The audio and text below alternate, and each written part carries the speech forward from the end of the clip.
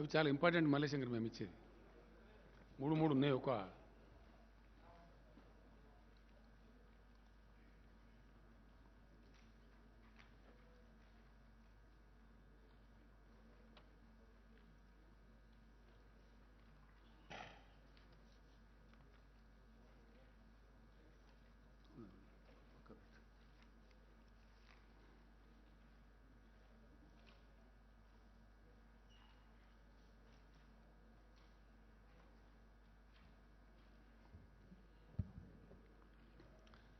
వచ్చేసినాయి కాగితాలు మరి.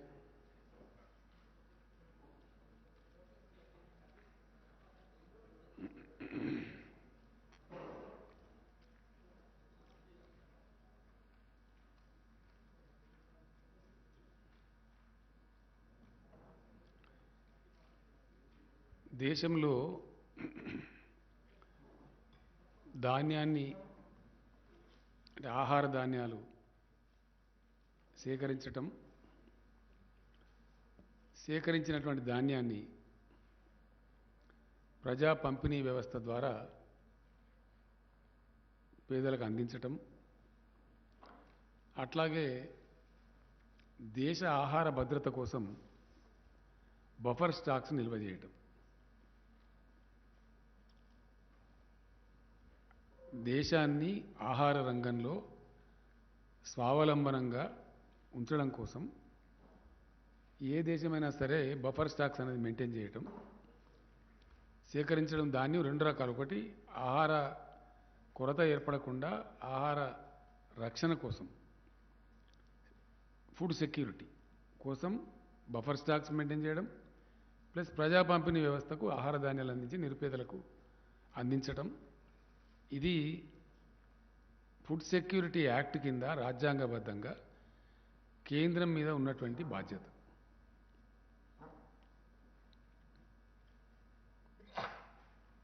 ఈ బాధ్యత గత అనేక సంవత్సరాల నుంచి దేశం ఏర్పడ్డ కాడి నుంచి మనకు స్వతంత్రం వచ్చిన కాడి నుంచి జరుగుతూ ఉంది. ఇలా కొత్తగా జరగడం లేదు. Nothing knew about it. It's a settled system. ఇప్పుడు ఇక్కడ జరుగుతున్నది ఏంటి అంటే, ఈ భారతీయ జనతా పార్టీ ప్రభుత్వం కేంద్రంలో వచ్చిన కాడి నుంచి వీళ్ళు పూర్తి రైతు వ్యతిరేక విధానాలు అవలంబిస్తూ ఉన్నారు. పూర్తి స్థాయి పేదల వ్యతిరేక విధానాలు అవలంబిస్తూ ఉన్నారు. సామాన్య మధ్యతరగతి ప్రజల యొక్క వ్యతిరేక విధానాలు అవలంబిస్తూ ఉన్నారు. అవి అనేక విధాలుగా మనకు కనపడతా ఉన్నాయి. ఒక రకంగా దేశంలో ఇలా మధ్యతరగతి ప్రజలకు వాడేటువంటి గ్యాస్ ధరల పెంపుని కావచ్చు, సామాన్య ప్రజలు మధ్యతరగతి ప్రజలు వాడే పెట్రోల్ ధరల పెంపు కావచ్చు, ఇట్లా అనేక రంగాల్లో మనకు కనపడతా ఉంది. ఒక రంగం అని కాదు. అట్లాగే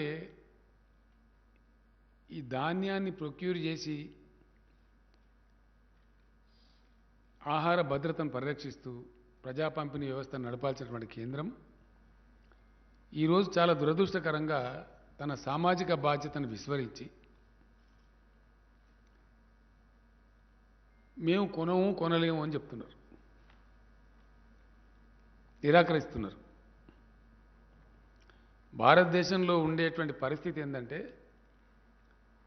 కేంద్ర ప్రభుత్వం ఎఫ్సిఐ కోసం ఆహార సేకరణ చేస్తే, అంటే ఫుడ్ గ్రెయిన్స్ ప్రొక్యూర్మెంట్ చేస్తే, రాష్ట్రాలు తమ బాధ్యతగా ప్రొక్యూర్మెంట్ సెంటర్లు ఓపెన్ చేసి సేకరించి వాటికి అప్పగిస్తాయి. ఇది జనరల్గా దేశవ్యాప్తంగా ఏ రాష్ట్రంలో అయినా సరే జరిగే వ్యవహారం, జరిగే తతంగం. అందులో మరి ప్రధానంగా అది బియ్యం కావచ్చు, గోధుమలు కావచ్చు, రెండే ప్రధానమైనటువంటి సేకరణ చేస్తుంది ఎఫ్సిఐ. ఎందుకంటే మన దేశంలో అయితే రొట్టె తింటారు, లేకపోతే అన్నం తింటారు. మేజర్గా తినేటువంటి తిండి అయితే రొట్టె రూపంలో తింటారు, లేకపోతే అన్నం రూపంలో తింటారు. కాబట్టి సేకరణ చేసేది ఏంది ఎఫ్సిఐ అంటే ఈ రెండే ప్రధానంగా. అదే వేరే ధాన్యం రైతులు ఎవరికి వాళ్ళే అమ్ముకుంటారు. పాపం మార్కెట్లను బట్టి పంటలు వేసుకుంటారు, అమ్ముకుంటారు, జరిగిపోతుంటారు. దీనిలో పెద్ద రాద్ధాంతం పుట్టించి పెద్ద గందరగోళం చేసి దేశ రైతాంగాన్ని మొత్తం గందరగోళపరుస్తూ ఉంది ఇలా బీజేపీ ప్రభుత్వం కంప్లీట్గా.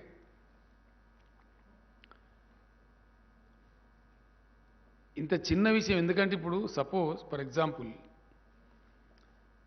ఇది ఎట్లా ఉంటుందంటే చాలా సులభమైనటువంటి విషయం. లక్షల కోట్ల రూపాయల బడ్జెట్ కలిగి ఉండి 140 కోట్ల మందికి ప్రాతినిధ్యం వహించేటువంటి కేంద్ర ప్రభుత్వం ఒక చిల్లర కొట్టు షావుకారులాగా మాట్లాడకూడదు, కిరాణా షాప్ లాగా మాట్లాడకూడదు. అది కేంద్ర ప్రభుత్వానికి ఔన్నత్యం కాదు. ఎట్లా అంటే ప్రతి విషయంలో నువ్వు లాభ నష్టాలు బేరీజు వేసుకొని మాట్లాడతావా? అప్పుడు నువ్వు ప్రభుత్వం ఎట్లయితే నాకు అర్థం కాదు. ప్రభుత్వంగా సమాజం పట్ల we have a social responsibility. ఏ ప్రభుత్వం అన్నా కానీ ఇప్పుడు ప్రజా పంపిణీ వ్యవస్థ ఉంది, ఇట్స్ ఏ సోషల్ రెస్పాన్సిబిలిటీ. అట్లానే ఆహార భద్రత, దేశ ఆహార భద్రత is also a social responsibility. దాని నిర్వహణలో భాగంగా కేంద్ర ప్రభుత్వానికి ఎప్పుడన్నా అనుకోకుండా ఏదైనా కారణం చేత కొంచెం నిల్వలు పెరిగినాయి అనుకో, దానికి ఆల్టర్నేటివ్స్ ఆలోచించే శక్తి కూడా కేంద్రానికి ఉంటుంది. ఆ కేంద్రమే ఆ బాధ్యత నిర్వర్తించాలి. ఆ ప్రాసెస్లో ఒక 30,000 కోట్లు, 40,000 కోట్లు, 50,000 కోట్లు, పోను 1,00,000 కోట్లు నష్టం వస్తే కేంద్రం భరాయించాలా. ఇవి చిల్లర కొట్టు కాదు కదా, నాకు అర్థం కాదు.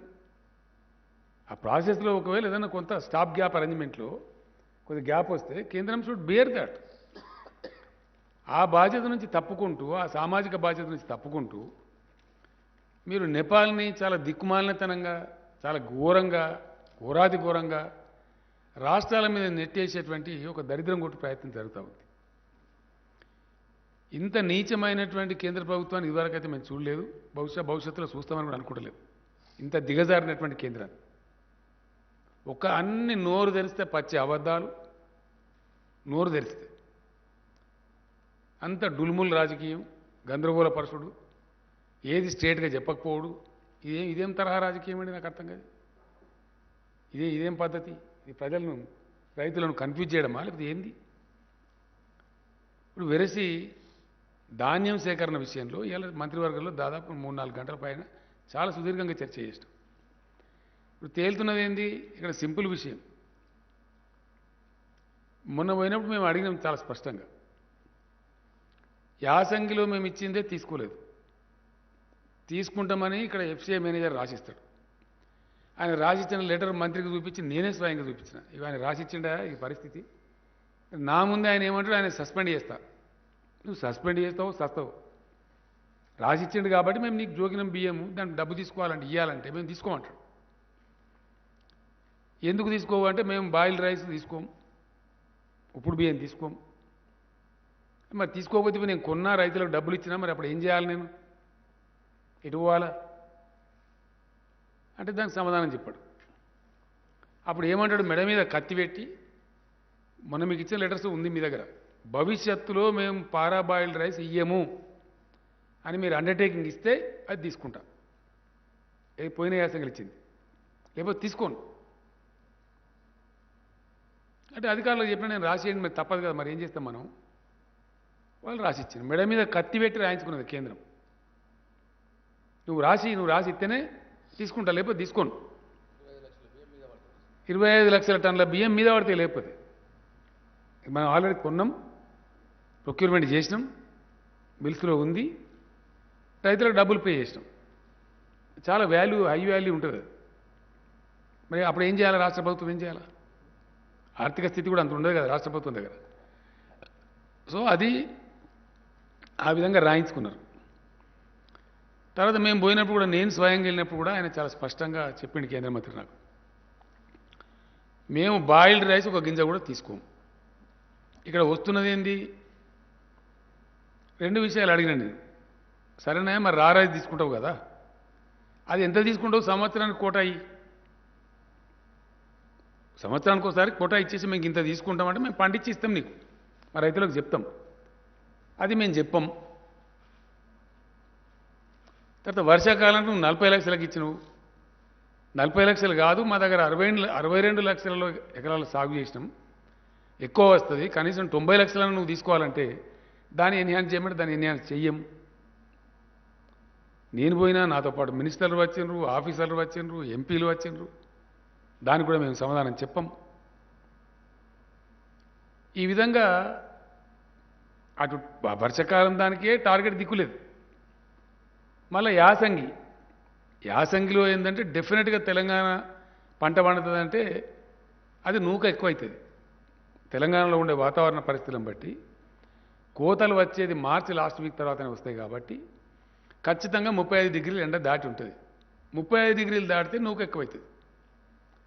దానిలో ఉన్న బ్రహ్మ పదార్థం ఏం లేదు. వీళ్ళు ఆడుతున్న లంగనాటకం ఇలా బయట పడాలి. ఏమున్న దానిలో యాసంగిలో తెలంగాణలో వడ్లు పండితే నూక శాతం ఎక్కువ వస్తుంది. అంటే మామూలుగా వర్షాకాలంలో వండే బియ్యమేమో 67 కిలోలు వస్తుంది. అదే యాసంగిలో వండే వాటికి 67 కిలోలు రాదు, 35 కిలోలే వస్తుంది. ఆ నష్టం ఎవరు భరించాలా? రైతు భరించలేడు పాపం. ఆయన పెట్టుబడి పెడతాడు, పండిస్తాడు, తెస్తాడు.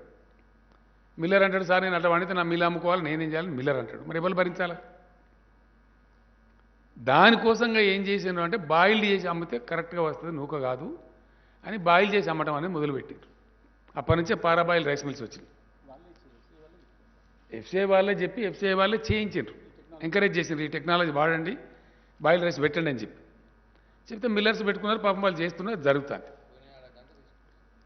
లాస్ట్ ఇయర్ దాకా తీసుకుంటామని చెప్పి సతాయించారు. మళ్ళీ భవిష్యత్తులో ఏమైనా రాపించుకున్నారు, ఇవన్నీ చేసిండ్రు, అది జరిగిపోయింది. ఇప్పుడు సడన్గా ఒక గింజ కూడా, ఒక కిలో కూడా మేము బాయిల్డ్ రైస్ తీసుకోము, మీరు రాసియండి అని మెడ మీద కత్తి పెట్టేమో రాయించుకోవాలి. అంతే కదా?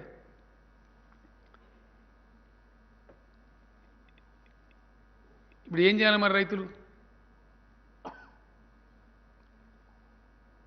ఏం జరగాలి ఇప్పుడు? మేము అనేక రకాలుగా అనేక సమస్యలు ఎదుర్కొని విభజన చట్టం ద్వారా వచ్చినటువంటి పూర్తిస్థాయిలో కేంద్రం సహకరించకున్నా, ఆంధ్రప్రదేశ్ వాళ్ళు బాగా సతాయించిన, వితిన్ తెలంగాణ ఉన్న కొంతమంది రాజకీయ రాక్షసులు వందల వేల కేసులు వేసినా అన్ని ధీటుగా ఎదుర్కొని బ్రహ్మాండంగా ప్రాజెక్టులు కట్టాం. చాలా గందరగోళంగా ఉన్నటువంటి కరెంటును మంచిగా చేసి కరెంటు 24 గంటలు వచ్చేట్టు చేసినాం. గ్రామీణ ఆర్థిక వ్యవస్థ పటిష్టం కావాలని ఒక్క వ్యవసాయం కాదు అనేక రంగాలలో చర్యలు తీసుకున్నాం. దాంట్లో వ్యవసాయం కూడా చాలా బాగా పటిష్టపరిచినాం. రైతులను అద్భుతంగా ఎంకరేజ్ చేయడానికి రైతు బంధు ఇచ్చినాం. రైతులు చనిపోతే కుటుంబాలు బదారణ పడద్దని రైతు బీమా ఇచ్చినాం. 24 గంటలు ఫ్రీ కరెంట్ ఇచ్చే ఒకే ఒక రాష్ట్రం ఈ దేశంలో తెలంగాణ. వాటర్ సెస్ లేకుండా, నీటి తీరువా అనేది ఒక రూపాయి కూడా తీసుకోకుండా నీటి తీరువా పాత బకాయిలు రద్దు చేసి ఇప్పుడు మళ్ళీ ఫర్దర్ ఒక రూపాయి కూడా కలెక్షన్ చేయకుండా, నీటి తీరువా వసూలు చేయకుండా నీళ్ళు ఇచ్చే ఒకే ఒక రాష్ట్రం ఇండియాలో తెలంగాణ. ఏ రాష్ట్రం కూడా లేదు. అందరు నీటి తీరువా తీసుకుంటారు. కాలువల ద్వారా ప్రాజెక్ట్ నీళ్ళు కనుక ఇస్తే, చెరువుల ద్వారా ఇస్తే కూడా వాటర్ సెస్ కలెక్ట్ చేస్తారు, ట్యాక్స్ నీటి పన్ను వసూలు చేస్తారు. పాత నీటి పన్ను బకాయిలు రద్దు చేసి ఇప్పుడు కొత్తగా నీటికి పన్ను లేకుండా మా రైతాంగం బాగా పంటలు పండించాలని పండిస్తున్న ఏకైక రాష్ట్రం తెలంగాణ. దీంతో ఏమైపోయింది? మీకు ఇచ్చిన టేబుల్లో ఉన్నది, బ్రహ్మాండమైనటువంటి వ్యవసాయ విస్తరణ జరిగింది. చాలా అద్భుతమైనటువంటి పంటల దిగుబడి పెరిగింది తెలంగాణలో. మీకు ఇచ్చిన టేబుల్స్లో ఉందండి, చాలా స్పష్టంగా ఉంది.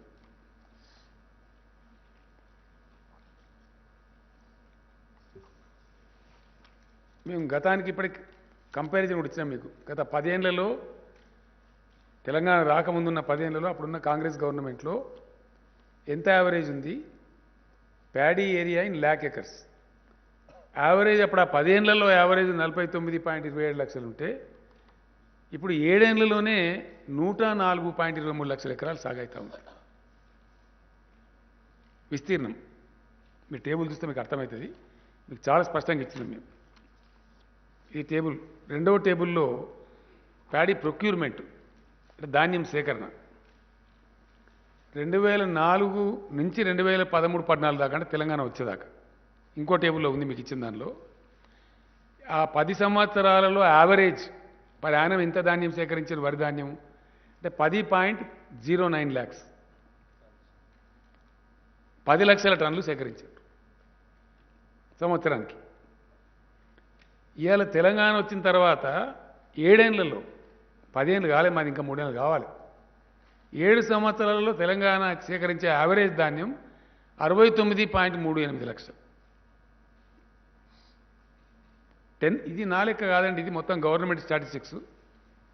ఈ 10 ఏళ్ల లెక్క కూడా వ్యవసాయ శాఖ స్టాటిస్టిక్సే. మీరు ఎవరిని అడిగినా ఇస్తారు. ఇది డిపార్ట్మెంట్ లెక్క, ఇది కాకి లెక్క కాదు. ఎఫ్సిఐ దగ్గర ఉంటుంది, గవర్నమెంట్ ఆఫ్ ఇండియా దగ్గర ఉంటుంది, గవర్నమెంట్ తెలంగాణ దగ్గర ఉంటుంది. యావరేజ్ 2004-05 నుంచి 13-14 దాకా 10 ఏళ్లలో 10.09 lakhs ఉంటే ఈ 7 ఏళ్లలో యావరేజ్ ధాన్యం సేకరణ వచ్చి 69.3 లక్షలు. హైయెస్ట్ ప్రొక్యూర్మెంట్ అయింది last year 141.08 lakh metric tons.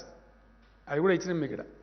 1,41 lakh metric tons ధాన్యం సేకరించాం.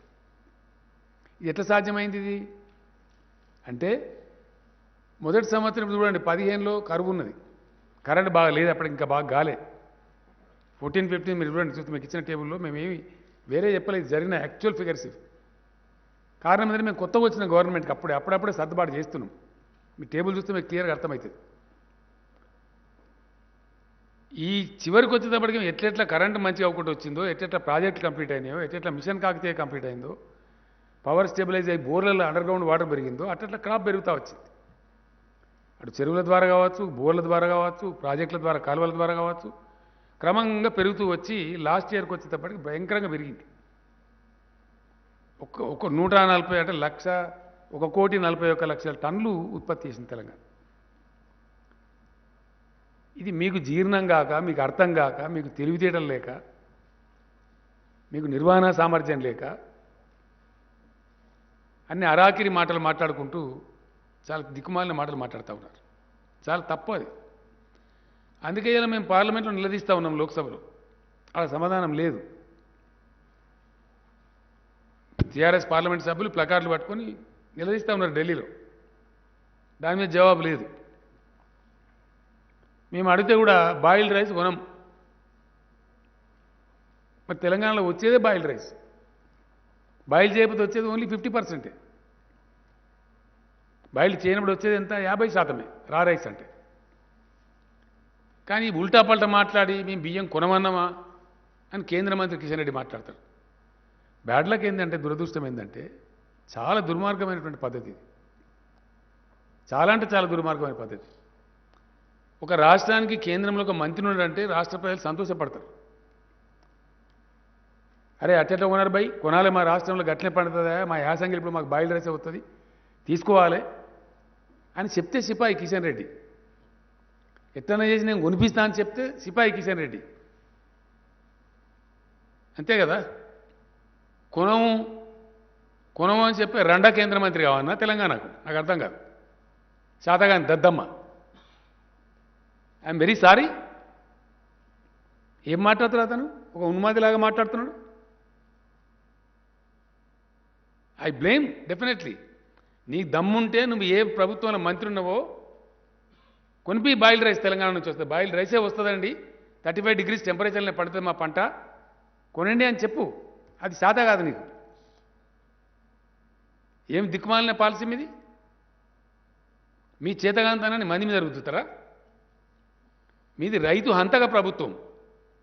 దిక్కుమాలిన చట్టాలు తెచ్చి మీ ప్రధానమంత్రి క్షమాపణ చెప్పిండి ఇలా రైతుల మొత్తం భారతదేశ రైతాంగానికి.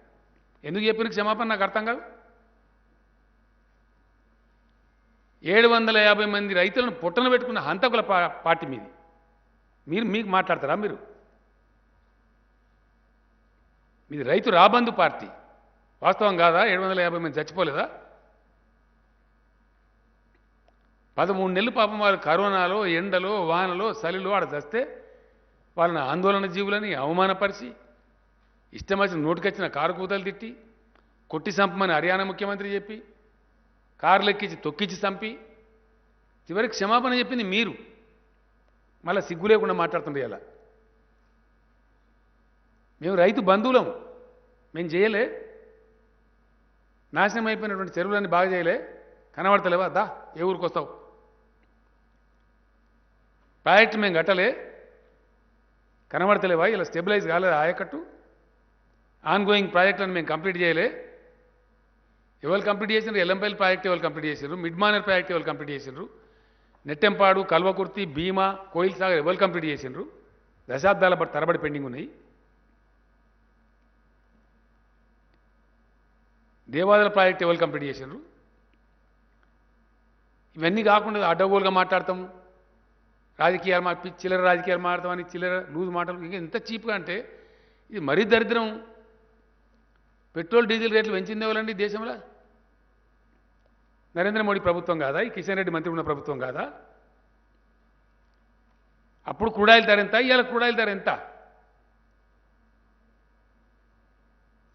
క్రూడాయిల్ ధర తగ్గినాక కూడా మీరు అబద్ధాలు చెప్పి మోసం చేసి దేశాన్ని డీజిల్ ధర పెంచుతారు. పెంచిన తదుపరి రాష్ట్రం వ్యాడ తగ్గించాలని ధర్నా చేస్తారు. మరి సిగ్గుందా మీకు? అని ఇజ్జతమానం ఏమైనా ఉందా? ఇంత అమాయకుల ప్రజలు గొర్రెలా? నువ్వు పెంచాలా, మేమేమో తగ్గి అన్నా. ఇది నీతా? ఇది కేంద్రాన్ని పరిపాలించే, దేశాన్ని పరిపాలించే ఒక ప్రభుత్వం చేసేటువంటి గొప్పతనమా ఇది? ఇదేం దందా అండి? నాకు అర్థం కాదు. డెఫినెట్గా వీళ్ళు ముంచేటోళ్ళు తప్ప మంచి చేసేటోళ్ళు కాదు, తేలిపోయింది. ఇప్పుడు రైతుల వ్యతిరేక పార్టీ 100%. కిషన్ రెడ్డి మాట్లాడతారు రైతులతో మోడీ ఉన్నాడు, రైతులతో మోడీ ఉంటే కొనుమని, బాయిల్ రైస్ కొనుమని. నువ్వంత గొప్పడో అయితే అట్లా కొనరా, కొనిపిస్తాం, కేంద్రంతో మాట్లాడిస్తామని చెప్పు. నేను పండితే 75 లక్షల ఎకరాల వరి మేము రెడీగా ఉన్నామా వేయడానికి. నువ్వు కొంటాడు, మేము వద్దంటున్నామా? ఎవరు మోసం చేస్తావు నువ్వు? రైతులు బండియాలి, వాళ్ళ కొంపలు ఆరిపోవాలి, గందరగోళం చెలరేగన్న ఇక్కడ తెలంగాణలో మళ్ళీ రైతుల ఆత్మహత్యలు పునరావృతం కావన్నా? ఇది చాలా భరించరానటువంటి మాటలు ఇవ్వాలి అతను మాట్లాడి. అలా అగ్రికల్చర్ పాలసీ నీకు ఎరక తోక అగ్రికల్చర్ పాలసీ. మాకెందుకు లేదు అగ్రికల్చర్ పాలసీ? బ్రహ్మాండ అగ్రికల్చర్ పాలసీ లేకపోతేనే 1,41,00,000 టన్నుల బియ్యం ఇచ్చిన మనకు పోయిన సంవత్సరం. ఏం కొంటాం? అదంతా కాదా? తెలంగాణ వడ్డు పండిస్తుంది, బాయిల్ రైస్ అవుతుంది. కొంటవా కొనవరా బాయ్ చెప్పండి. అది చెప్పాడట. అంత వాటి ముఖ్యాన్ని అంటే మూడు చూడు తిప్పించినట్టు. రా రైస్ ఎంత తీసుకుంటావు అది చెప్పాడు. వానకాలం దానికే దిక్కులేదు. ఇప్పుడు వర్షాకాలంలో ఎంత తీసుకుంటావో చెప్పాడట. పంట వస్తూనే ఉన్నది, కొంటూనే ఉన్నాం. ఇవాళకి ఆల్రెడీ తెలంగాణ ప్రభుత్వం 22 లక్షల టన్నులు కొనేసింది. కానీ మేము కళ్ళ అక్కడ పోయి డ్రామా పెడతాము. ఇప్పుడు పెడదు రాయిగా. మేము స్పష్టంగా తెలంగాణ రైతాంగాన్ని తెలియజేస్తూ ఉన్నాం. ఇవాళ కేంద్రంలో ఉన్న ప్రభుత్వం వైఖరి మీరు గమనిస్తూ ఉన్నారు. రైతు చట్టాలు తెచ్చి వాళ్ళని అరిగోసబెట్టి ఢిల్లీ బార్డర్ మీద సల్లె వాళ్ళని చంపి 700 మంది 50 మంది రైతులను చంపి ఇలా తీరా చట్టాలు వాపసు తీసుకున్న ప్రభుత్వం కేంద్ర ప్రభుత్వం, బీజేపీ ప్రభుత్వం. అంటే ఎంత డులుముల్ ప్రభుత్వం ఇది, ఎంత మోసగారి ప్రభుత్వం. ఈ ప్రభుత్వంలో ఉన్న కేంద్ర మంత్రి కావచ్చు, ఇక్కడ ఉండబడే వాళ్ళ పార్టీ అధ్యక్షుడు కావచ్చు, చాలా దరిద్రంగా ప్రజలను కన్ఫ్యూజ్ చేసే విధంగా మాట్లాడుతూ ఉన్నారు. వీళ్ళ వైఖరి మేము పోయినప్పుడు కేంద్ర మంత్రి ఏమో ఆయన ఇంకోటి మాట్లాడతాడు. ఆయన నేను పోయొచ్చిన మొన్న. ఆ తర్వాత ఎమ్మెల్యేలు, మంత్రులు, ఎంపీలు డెలిగేషన్ పోయినారు, అధికారుల బృందం పోయింది చీఫ్ సెక్రటరీ గారి నాయకత్వంలో. ఆ తర్వాత మళ్ళీ పోయినారు రమ్మంటే ఆయన ఇచ్చిన డేట్ ప్రకారం. ఆడ 9-10 మంది ఎంపీలు ఉంటే అందరు కలిసిపోయినారు. మళ్ళీ ఇంతమంది వచ్చినా మీకేం పని లేదా, వేరే పని లేదా అంటాడు ఆయన. ఇదా రాష్ట్ర ప్రభుత్వం తరఫున, రాష్ట్ర రైతుల తరఫున ఒక వ్యవసాయ శాఖ మంత్రి, ఆయనతో పాటు ఇంకో 3 మంత్రులు, 10 మంది ఎంపీలు పాలసీ వస్తే మా రైతులకు చెప్పుకుందాం, మంచి చెడనో బతకాలి కదా, పెంచినామని చెప్పిపోతే మీకేం పని లేదా, వేరే పని లేదా అంటాడా కేంద్ర మంత్రి? పని లేకపోతారా 10 మంది ఎంపీలు, 4 మంత్రులు, chief secretary, agriculture secretary, finance secretary? పచ్చి అబద్ధాలు నోరు తెరిస్తే పచ్చి. ఎంత దుర్మార్గం అంటే మీరు స్టన్ అవుతారు. మీరు పొద్దున రామచంద్రని అడగండి, ఆ లెటర్ ఇస్తాడు మీకు. తీసుకోవచ్చు, ఇప్పుడు కూడా తీసుకోవచ్చు. లేదు మీ దగ్గర పంట అంతా లేదు, శాటిలైట్ చూపెడతలేదు. మీరు శాటిలైట్ చూపెడతలేదా, నీ మెదడు చూపెడతలేదురా బయట గట్లా గంతవాదం ఎందుకు మాట్లాడుతావు? మేమైనా పైరవకాల్లా కనబడుతున్నాం, మేము రాష్ట్ర ప్రభుత్వం, మేము ఏమనుకుంటున్నావు నువ్వు అని మొత్తం లెక్కలు కొంచెం మొక్క మీద కొట్టినాం. కరెక్టే ఉన్నది, 62 లక్షల ఎకరాల వరి ఉన్నదని మేము రిపోర్ట్ ఇస్తే లేదు అంటాడు, శాటిలైట్ చూపెడతలేదు అంటాడు. ఇంత తెలివి తక్కువ ఒక కేంద్ర ప్రభుత్వం మాట్లాడేది. మళ్ళీ మేము తీసుకుపోయి ఇచ్చిన తర్వాత కరెక్టే 58,66,000 ఎకరాలలో ఉంది అని మళ్ళీ ఒప్పుకుంటాడు. అని ఏ మాట కరెక్ట్ నీది? ఏది కరెక్ట్? మీ వ్యవహారం ఏంది అసలు? రైతుల జీవితాలతో ఇదేనా చెలగాటమాడే పద్ధతి? ఒక రాష్ట్ర ప్రభుత్వంతో వ్యవహరించే పద్ధతేనా ఒక కేంద్ర ప్రభుత్వం? ఇదేనా ఈ వ్యవహారమా? ఈ గోల్మాల్ చేసి మీరు రాజకీయాలు చేస్తామనుకుంటున్నారా? ఇట్లా చాలా చీప్గా బిహేవ్ చేసి మాట్లాడుతూ ఉన్నారు. ప్రజలను గందరగోళపరిచి మాట్లాడుతూ ఉన్నారు. డెఫినెట్గా తెలంగాణ రైతులను ముంచుతారు వీళ్ళు 100%. ఎందువల్ల ఈ మాట చెప్పాల్సి వస్తుంది? ఈ బాధ ఎందుకు అవుతుంది? రేపు రైతులు పండిస్తారు, ఇది తీసుకోడు, ఏం కావాలి గతి? ఏమవుతుంది? పెట్టుబడి పెడతారు, పాపం కష్టం చేస్తారు, పంట వస్తుంది. నేను మొన్ననే చెప్పిన యాసంగి కూడా మళ్ళీ రైతు బంధు ఇస్తాం, మీరు బేఫికర్ ఉండని నేను చెప్పిన రైతులకు. మేము అన్ని ఇస్తున్నాం, కరెంట్ ఇస్తున్నాం, నీళ్ళు ఇస్తున్నాం, పెట్టుబడి ఇస్తున్నాం, మంచి విత్తనాలు అందిస్తున్నాం. నాసిరకం విత్తనాలు ఇస్తున్నాడు కిషన్ రెడ్డి చెప్తాడు ఈ ముఖానికి. నాసిరకం విత్తనాలా? ఈ ఇండియా మొత్తంలో కల్తీ విత్తనాల మీద పీడీ యాక్ట్ తెచ్చిన ఒకే ఒక government Telangana government. No other state in India. ఇప్పుడు ఈ సీజన్లో కూడా అరెస్ట్ చేసినాం, దాదాపు 78 మందిని పీడీ యాక్ట్ పెట్టినాం. ఆ పీడీ యాక్ట్ పాస్ చేయమంటే 7 నెలలు వీళ్ళు కింద పెట్టుకొని కూర్చున్నారు ఢిల్లీలో. మళ్ళీ నేను పోయి తిరిగి అప్పుడు ఆయన రవిశంకర్ ప్రసాద్ అని ఉండే ఆయన సంజాయించి, ఇది అవసరం ఉందా, రైతులు ఆత్మహత్య చేసుకున్నట్టు అవుతుంది, చచ్చిపోయినట్టు అవుతుంది, పంట పెడతారు పాపం నమ్మి యాళ్ళ ఖాతాగాయది, హతాశులు అయిపోతారు రైతులు అని చెప్పి సంజాయించి కేంద్ర లా మంత్రికి, ఈ మంత్రికి, ఆ మంత్రికి చెప్పి అప్పుడు పాస్ అయింది చట్టం. మీ బీజేపీ పాలించిన దానికంటే 1 కోటి రెట్లు ప్రతి రంగంలో మంచుకున్నాం మేము ఇవాళ. 1 కోటి రెట్లు, 1-2 రెట్లు కాదు. ఈ విధంగా మీ ఆహార దాని బాధ్యత తీసుకోరు, ఆహార భద్రత విషయం బాధ్యత తీసుకోరు, పంటలు పండితే రైతుల సంక్షేమం పట్టించుకోరు, ఎంత తీసుకుంటాడు అది చెప్పరు, ఇంకా ఉల్టా మీదే మాట్లాడతారా మీదికెళ్ళి. నేను ఇలా సీదా ఒకటే పాయింట్, ఎందుకు వచ్చిందండి ఈ ఇంత ప్రాబ్లం ఎందుకు వస్తుంది అసలు? తెలంగాణ ఎక్కువ ధాన్యం పండిస్తుంది కాబట్టి, దేశంలోనే హైయెస్ట్ పండిస్తుంది కాబట్టి కండు మండి ఈ చిల్లర బాధ. కేంద్రాన్ని ఒప్పించే తెలివి లేక, దమ్ము లేక, మా రైతులు పండిస్తాను కాబట్టి కొనుమని చెప్పేటువంటి నోరు లేక, అక్కడ మిమ్మల్ని వాడు పడుచుకోరు కూడా, మిమ్మల్ని ఈనాతీనంగా చూస్తారు వీళ్ళని దేగ కూడా దేకడు వెళ్ళాడు. అది లేక ఈ దిక్కుమాలిన దరిద్రానికి పిచ్చి పిచ్చి మాటలు మాట్లాడుతూ ఉన్నారు. మళ్ళీ ఇంకా ఎంత గొప్పదనం అండి వీళ్ళది ప్రభుత్వాన్ని, నరేంద్ర మోడీ గారి ప్రభుత్వాన్ని. మీకు గ్లోబల్ హంగర్ ఇండెక్స్ అని ఇచ్చినాం, మీ దగ్గర ఉంది, దయచేసి చూడండి. గ్లోబల్ హంగర్ ఇండెక్స్లో ఈ కేంద్ర మంత్రి సిగ్గు లేకుండా మాట్లాడతాడు పీయూష్ గోయల్, మాట్లాడడానికి నోరెట్లతో తెలియదు నాకు. ఈ must be ashamed. Global index, hunger index అంటే ప్రపంచ ఆకలి సూచిక ఇది ఏం చూపెడుతుంది? 116 దేశాలను సర్వే చేస్తే ఇండియా స్థానం 101.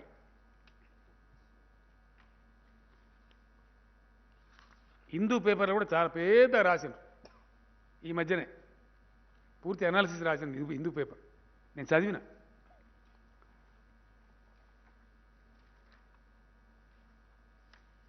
ఇక్కడ ఇంకా దరిద్రం ఏంటంటే, మీకు ఏమైనా సిగ్గుంటే ఇప్పటికైనా కళ్ళు తెరవండి కిషన్ రెడ్డి గారు, పీయూష్ గోయల్ గారు అని చెప్తా ఉన్నాను నేను. సిగ్గు లజ్జ ఏమని ఉంటే, గ్లోబల్ హంగర్ ఇండెక్స్లో మన స్థానం 101. ఇలా పాకిస్తాన్ స్థానం ఎంతుందా? పాకిస్తాన్ యొక్క ర్యాంకు 92, బంగ్లాదేశ్, నేపాల్ 76. ఇది మన బతుకు. పాకిస్తాన్, బంగ్లాదేశ్ ర్యాంక్ ఏమో 76, పాకిస్తాన్ కాదు బంగ్లాదేశ్, నేపాల్ ర్యాంకు 76, పాకిస్తాన్ ర్యాంక్ ఏమో 92, మన బతికేమో 101. ఇది గ్లోబల్ హంగర్ ఇండెక్స్.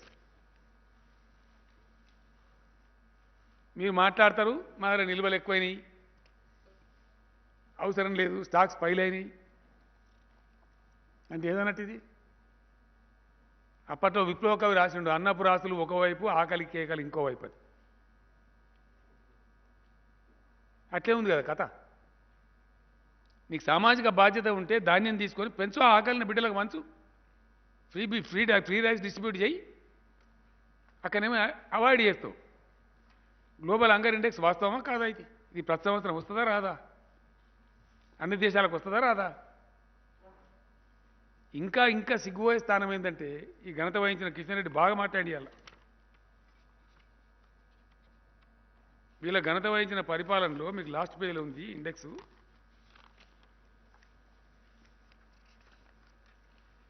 ఇక మీకు ఇది చూస్తే అర్థమవుతుంది. మీ దగ్గర ఉంది ఇది. ఇదేంది? ఇది ఇండియా స్థానం 96 ఉంటే 2016లో ఇలా 101 దిగజారింది మీ ఘనత వహించిన పరిపాలనలో. ఈ టేబుల్ క్లియర్ చూపెడుతుంది మీకు. అంటే మీ ప్రభుత్వంలో భారతదేశంలో ఆకలి కేకలు పెరిగినాయి. గ్లోబల్ హంగర్ ఇండెక్స్ మన ముఖం మీద ఉమ్మేసినట్టున్నది. Yes, definitely 100% it is a fact. ఇవన్నీ ఇట్లా ఉండగా మాకు చేత కాదు, మాకు కొనడం ఇష్టం లేదు, మేము కార్పొరేట్లకు అప్పచెప్పదలుచుకున్నాము, అదాని అంబానీలకు అప్పచెప్పదలుచుకున్నాము అనేది చట్టాలు తెచ్చింది. రైతులు గట్టి కూర్చొని ఇలా ఉత్తరప్రదేశ్లో ఓడిపోతాం, పంజాబ్లో ఓడిపోతామని వణుకుడు పెట్టంగానే చట్టాలు వాపసు తీసుకున్నారు. ఇది వాస్తవం. చట్టాలు గొప్ప అయితే ఎందుకు వాపసు తీసుకున్నారు? ఎందుకు క్షమాపణ అయిపోయిన రైతులకు? రేపు తెలంగాణ రైతులు కూడా మీ గతికి ఇంతే క్షమాపణ చెప్పుడే. ఇలా ఉత్తర భారత రైతులకు చెప్పిన వాళ్ళు రేపు తెలంగాణ రైతులకు చెప్పారని ఏం నమ్ముతాం? ఎట్లా నమ్ముతాం? మిమ్మల్ని ఏ విధంగా నమ్ముతాం? మీ క్రెడిబిలిటీ ఏంది నాకు అర్థం కాదు. పెద్ద నోరు పెట్టి మాట్లాడంగానే అయిపోయానా అడమైన మాటలన్నీ? ఈ విధంగా ఇదే కాకుండా రైతుల ఉసురు పోసుకోవడానికి, మధ్యతరగతి ప్రజల ఉసురు పోసుకోవడానికి ఇంకో దుర్మార్గమైన చట్టం, కరెంట్ చట్టం తెస్తా ఉన్నారు. ఖచ్చితంగా రైతుల మెడ మీద కత్తి పెట్టి ఎట్టి పరిస్థితులలో ప్రతి బోర్ కాడ మీటర్ పెట్టాలి. నాకు నిన్న వచ్చింది ఉత్తరం పవర్ మినిస్టర్ గారికి, ఆర్కే సింగ్ అని మంత్రి గారు. విద్యుత్ సంస్కరణల మీద మాట్లాడాలి, ముఖ్యమంత్రి గారితో నాకు సమావేశం ఏర్పాటు చేయండి అని వచ్చింది ఉత్తరం వచ్చింది. ఇప్పుడు సంస్కరణ అంటే ఏంటంటే ప్రతి బోర్కు మీటర్ పెట్టానట ఖచ్చితంగా. పెట్టకపోతే రాష్ట్రానికి వచ్చే అప్పులు కట్ చేస్తారట. రాష్ట్రం మీద కత్తి పెట్టి రాష్ట్రాల హక్కులు అధికారాలు హరించి మొత్తం పవర్ మీద పెత్తనం అంతా కేంద్రం తీసుకుంటుందట, కరెంటు మీద. రేపు ఏమంటుంది కేంద్రం తీసుకొని? అన్ని రాష్ట్రాలకు సమానంగా ఇస్తాం, మీకు 24 గంటలు ఇయ్యం, మీరు కూడా 16 గంటలే వాడుకోవాలి. ఇదేనా పవర్ రిఫార్మ్స్ అంటే? ఇవేనా? ఏం జరగబోద్ది అన్నట్టు రేపు? మేము కష్టపడి కింద పడి మీద పడి దాన్ని మంచిగా చేసుకొని, చెడిపోయిన దాన్ని నాశనమైన దాన్ని మంచిగా చేసుకొని ఇవాళ శుభ్రమైన కరెంటు 24 గంటలు ఇచ్చుకుంటున్నాం, దాన్ని కూడా నాశనం చేస్తారట. దాని మీద సమాధానం ఏంది? What is power reform? రైతులను నాశనం, బోర్కాడ మీటర్ పెట్టి ముక్కు విండి వసూలు చేయమని చెప్తలేరా మీరు? రైతులు నాశనంగా ఉన్నాయి, దేశంలో ఉండద్దా? వ్యవసాయం పంటలు పండద్దా? అరే మీరు ఏ పని రా, మీరు పరిపాలించకాడ ఇయ్యకుండ్రి, వేరే పార్టీలు పరిపాలించకాడ మేము ఇచ్చుకుంటామంటున్నాం, నీకేం అబ్జెక్షన్? పవర్ రిఫార్మ్స్ పేరు మీద మా మెడ మీద కత్తి పెట్టుడేంది? వై?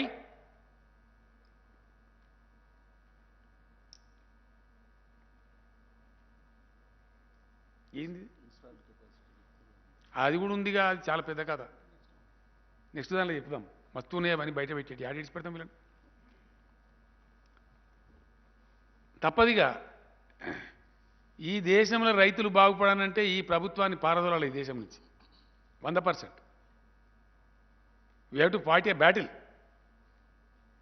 సామాన్య ప్రజలు, పేద ప్రజలు, రైతులు వాళ్ళకి రక్షణ రావాలంటే ఈ దుర్మార్గమైన బీజేపీ పరిపాలన పోవాలి ఈ దేశం నుంచి 100%. ఏం వైఖరండి ఇది? నాకు అర్థం కాదు. మేము పెంచుతాం డీజిల్ ప్రైజు, మళ్ళీ బదాల్లో మేమే లొల్లి పెడతాం.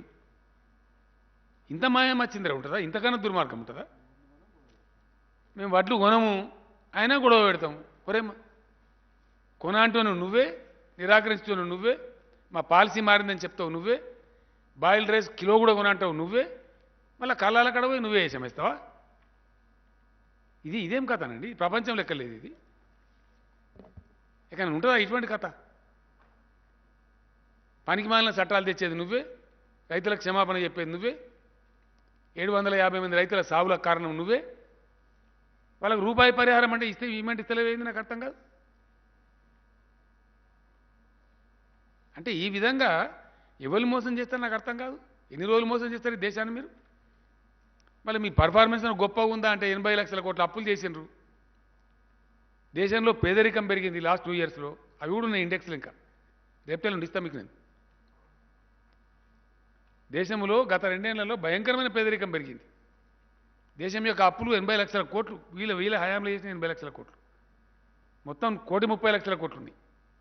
పాత 50 లక్షలు ఉంటే వీళ్ళు 80 లక్షలు చేశారు. మరి ఏం ఉద్ధరించారు మీరు? మీరు ఎవరికి కిరీటం పెట్టినరు? గత 7 ఏళ్లలో నరేంద్ర మోడీ ప్రభుత్వం ఈ దేశ ప్రజలకు చేసింది ఏ రంగంలో? మీరు సాధించిన ప్రగతి ఏంది? దమ్ముంటే గది చెప్పు. ఏంటంటే మేము కూడా శబ్బాష్ అంటాం. ఏ రంగంలో చేశానండి? పేదల కోసం ఏమైనా చేశారా మీరు? దళితులకు చేసినరా? గిరిజనులకు చేసినరా? బీసీలకు చేసినరా? మహిళలకు చేసినరా? రైతులకు చేసినరా? నిరుద్యోగ యువకులకు చేసినరా? ఎవరికి చేసిన మీరు? నాకు అర్థం కాదు. మీరు చేసిన వెల్ఫేర్ ఏంది? మీరు చేసిన గొప్పతనం ఏంది? ఈ దేశాన్ని మీరు ఉరగబెట్టింది ఏంది? దేశం ఆకలి ఇండెక్స్లో 101 స్థానాన్ని తీసుకొని పోయినారు. దేశంలో పేదరికాన్ని పెంచిండ్రు. దేశంలో రైతుల ఆత్మహత్యలకు కారణమవుతున్నారు.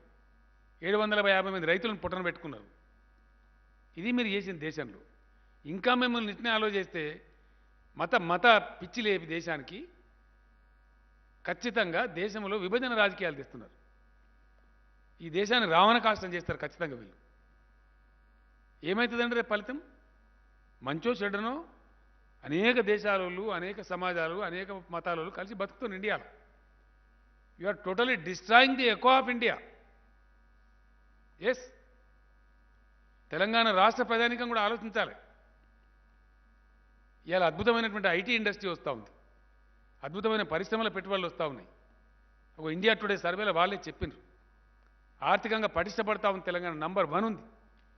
As far as economy is concern, India Today ఇచ్చిన rating number 1 in the country.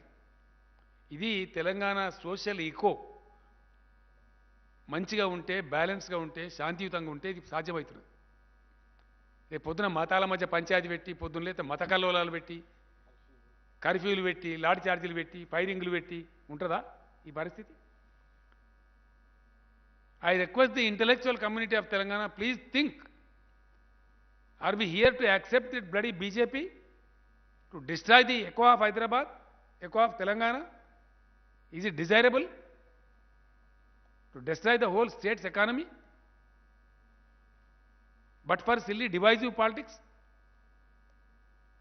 ఇదా ఈ దేశానికి కావాల్సింది? I'm sorry.